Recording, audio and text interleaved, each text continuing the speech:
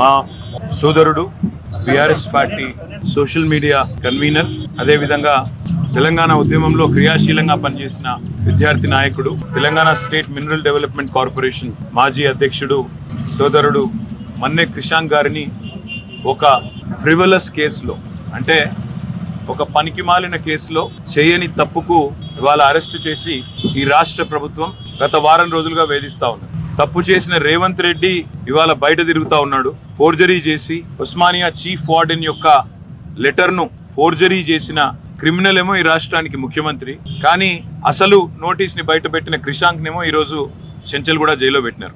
దీన్ని బట్టే చెప్పవచ్చు ఈ రాష్ట్రంలో వ్యవస్థ ఎట్లా పనిచేస్తా ఉంది, ఈ రాష్ట్రంలో ప్రభుత్వ పనితీరు ఎట్లా ఉందో దీన్ని బట్టే చెప్పవచ్చు. ఇవాళ ఈ రాష్ట్ర ముఖ్యమంత్రిగా ఉన్న రేవంత్ రెడ్డి గారిని నేను అడుగుతా ఉన్నా, క్రిషాంక్ కనుక పెట్టిన సర్క్యులర్ తప్పైతే నేను ఇదే చెంచల్ కూడా జైల్లో నేను జైలుకి పోతాను.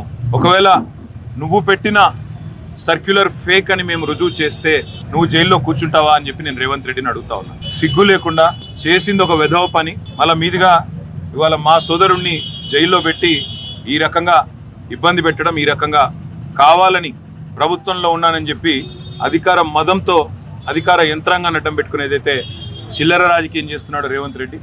తప్పకుండా ప్రతిదానికి కూడా బదులు చెప్పే టైం వస్తుంది, ప్రతిదానికి కూడా మిత్తితో సహా చెల్లించే టైం కూడా వస్తుంది. ఒకటి మాత్రం పక్కా, ఇప్పుడే క్రిషాంక్ గారిని కలిసినాను నేను, చాలా ధైర్యంగా ఉన్నాడు, చాలా నవ్వుతూ చిరునవ్వుతో చెప్తున్నాడు, ఏం కాదన్నా, నాకేం పర్వాలేదు, నాకు ఉద్యమము కొత్త కాదు, కేసులు కొత్త కాదు, ఏం పర్వాలేదని చెప్తున్నాడు. చేయని తప్పుకు ఇవాళ వారం రోజులు జైల్లో ఉన్నా ఆయనలో ధైర్యం మాత్రం సడలేదు. ఆయన శ్రీమతి కూడా ఇక్కడే ఉన్నారు, సుహాసిని గారు, తను కూడా ధైర్యంగా ఉంది, తన కుటుంబం కూడా ధైర్యంగా ఉంది. నేను ఈ ప్రభుత్వాన్ని నేను డిమాండ్ చేస్తా ఉన్నా, చేసిన వెధవ పనికి ఇప్పటికైనా క్షమాపణ చెప్పి వెంటనే క్రిషాంక్ని విడుదల చేయండి.